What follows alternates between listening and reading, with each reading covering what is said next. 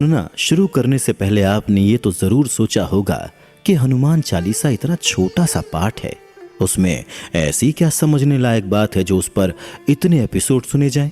मगर देखिए ना, हमारा तीसरा एपिसोड शुरू हो रहा है और अभी तक हम पहले दोहे पर ही हैं। जी हाँ, ये हनुमान जी के नाम का प्रताप ही तो है। इसीलिए हमने कहा था हनुमान चालीसा गागर में सागर है।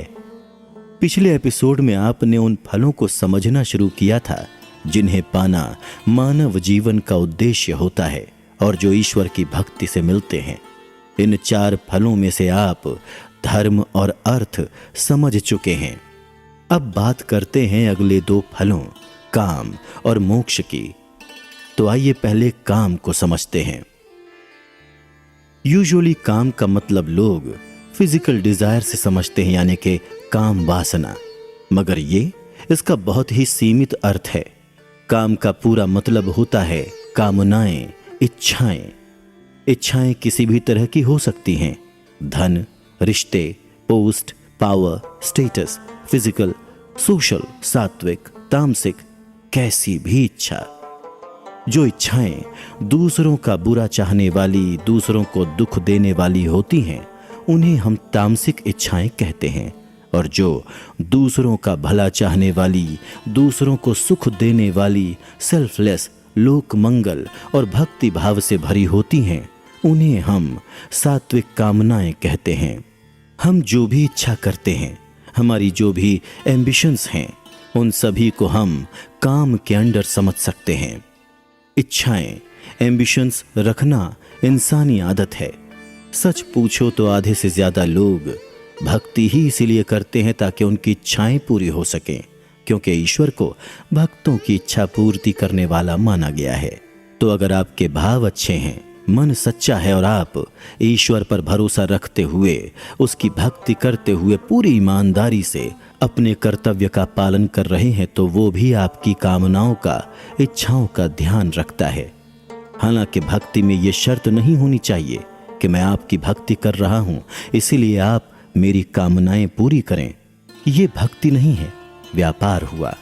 इच्छाएं करें, उनके पूरा होने के लिए ईश्वर से प्रार्थना भी करें, लेकिन उनका पूरा होना या ना होना ये ईश्वर पर ही छोड़ दें, क्योंकि हमें नहीं पता कि हमारे लिए क्या सही है और क्या गलत। हम नहीं जानते हम जो मांग रहे हैं वो हमारे हित में है भी या नहीं, लेकिन ईश्वर को तो सब पता है, इसलिए उसी पर छोड़ देना चाहिए। अगर वो इच्छा पूरी करने योग्य हुई तो ईश्वर उसे जरूर पूरा करेंगे, वरना समझ लेना चाहिए कि उसका पूरा होना हमारे हित में नहीं था। अब बारी आती है मोक्ष की। इंसान के जीवन का अंतिम लक्ष्य मोक्ष को पाना ही माना जाता है। मोक्ष को ही मुक्ति, स्वबोध, एनलाइटनमेंट होना कहा जाता है। मोक्ष क्या है, कैसे प्राप्त होता है, इस पर तो पूरा अलग शो बन सकता है।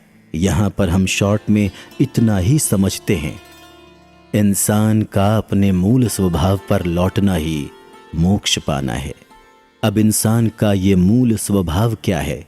इंसान का मूल स्वभाव वही है जो ईश्वर का स्वभाव है, क्योंकि इंसान ईश्वर की ही संतान है। दया, करुणा, प्रेम, शांति, आनंद, सत्य, पवित्रता, साहस, धैर्य, निडरता, किसी के प्रति नफरत न होना, ईर्ष्या न होना, किसी भी तरह के विकार और अहंकार का न होना, यही है इंसान का मूल स्वभाव। मगर आज का इंसान अपने मूल स्वभाव से बिल्कुल ही अलग है। तो वापस उसी मूल स्वभाव में लौटना, खुद को पहचान जाना कि वास्तव में वो कौन है, वो ईश्वर की संतान है, उसी का अंश है, उसी के जैसा है, ये जान लेना ही मोक्ष पाना है। किसी छोटे बच्चे को देखिए, वो कितना खुश रहता है। किसी के लिए कोई बुरी सोच नहीं, कोई ईर्ष्या नहीं, वो सभी को एक ही नजर से देखता है। ऐसा इसलिए होता है क्योंकि बच्चे सबसे ज्यादा अपने मूल स्वभाव में रहते हैं, इसलिए बच्चों को ईश्वर का रूप कहा जाता है। पूरे जीवन में हम खुद को विकारों और बुरी भावनाओं से मैला कर लेते हैं, मगर जब भक्ति करने लगते हैं, ईश्वर का गुणगान करने लगते हैं, तो धीरे धीरे हमारे मन का मैल धुलने लगता है। हम वापस अपनी शुद्ध अवस्था प्राप्त करने लगते हैं और ये अवस्था धीरे धीरे आगे बढ़कर मोक्ष की अवस्था बन जाती है। मोक्ष यानी हर विकार और अहंकार से परे मन और बुद्धि की शुद्धतम अवस्था, जो पूरी तरह ईश्वर को समर्पित होती है।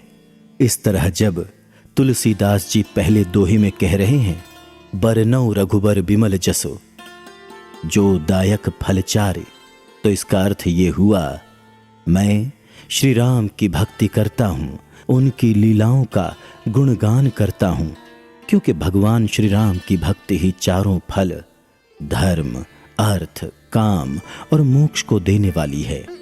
आइए अब अगले दोहे को समझते हैं, जो इस प्रकार है।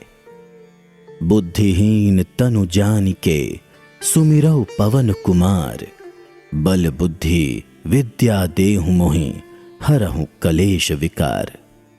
इस दोहे का अर्थ है, हे पवन कुमार, हे हनुमान जी, मैं बुद्धि से हीन हूं, सही गलत नहीं समझता, जैसी बुद्धि है उसी से आपको याद करता हूं। आप मुझे शारीरिक मानसिक बल, अच्छी बुद्धि एवं ज्ञान दीजिए और मेरे दुखों व विकारों का नाश कीजिए। इस दोहे में भक्त का एक जरूरी गुण सामने आ रहा है और वो है विनम्रता यानी पोलाइटनेस।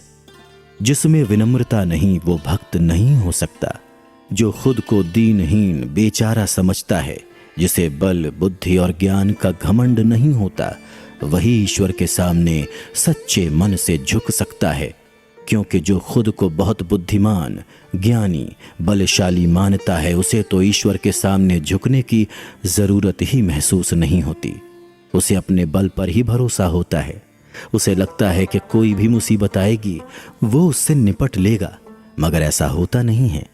इतिहास गवाह है, समय ने बड़े बड़े अहंकारियों, बलशालियों को झुकाया है। तुलसीदास जी हनुमान जी से बल, बुद्धि और विद्या मांग रहे हैं, क्योंकि वो खुद को अज्ञानी और नासमझ मानते हैं। हनुमान जी तो सभी गुणों में श्रेष्ठ हैं, अति बलशाली हैं, परम ज्ञानी हैं। लेकिन अगर आप हनुमान जी का चरित्र देखें तो वो भी भगवान श्री राम के सामने खुद को तुच्छ ही मानते हैं।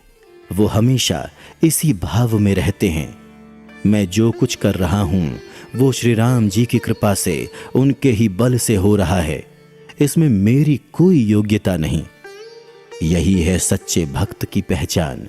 वो अपना श्रेष्ठ होने का, कुछ खास होने का अहंकार छोड़ देता है और ईश्वर के सामने बिल्कुल दीनहीन होकर प्रार्थना करता है।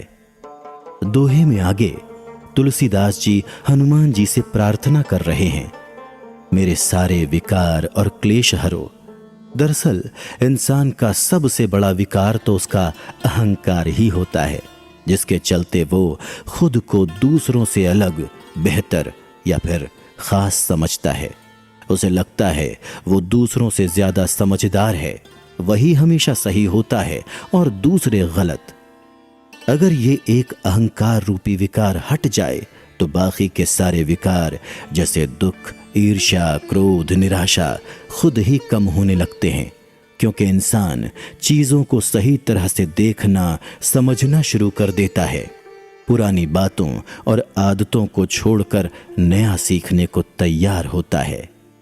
सिर्फ भक्ति ही वो रास्ता है जिस पर चलकर ये अहंकार झुकता है। इसीलिए भक्ति का बड़ा महत्व है। भक्ति ही इंसान को सही राह पर ले जा सकती है, उसका पतन होने से बचा सकती है।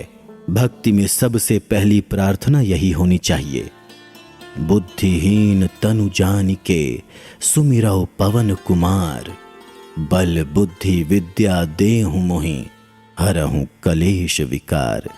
अर्थात मुझे अच्छी समझ मिले, मेरी बुद्धि शुद्ध हो, मुझे मानसिक और शारीरिक बल मिले, ताकि मैं बिना रुकावट के भक्ति कर पाऊं। मेरे सारे विकार और दुख दूर हों, ताकि मैं शांत मन से आपका नाम